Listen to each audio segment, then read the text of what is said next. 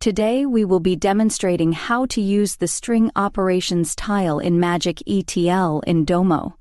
This video is one of many helpful tutorials in our Magic ETL playlist. Be sure to check it out after this video to learn more about Domo. The string operations tile allows you to substring, trim, or pad a string with spaces. The operation will ask you to set parameters so Magic ETL knows exactly where to trim or pad your string. It is always a best practice to name your data flow.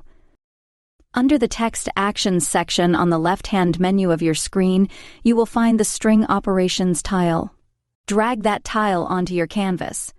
Connect your String Operations tile to your Input Dataset tile. In today's example, we will extract the last 4 digits of a Social Security number using the right-left substring operation. First, we will name our new column Last 4 Social.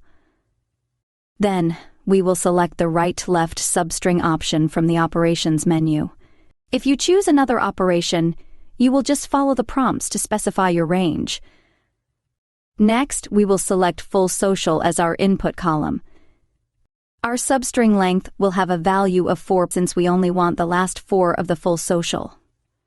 Select Right as we want the last 4 digits from the right side of the string. Now we will want to create an output dataset for this change to reside. Let's see how this looks in our data. As you can see, we have successfully created substring for the last 4 social. Thank you for watching.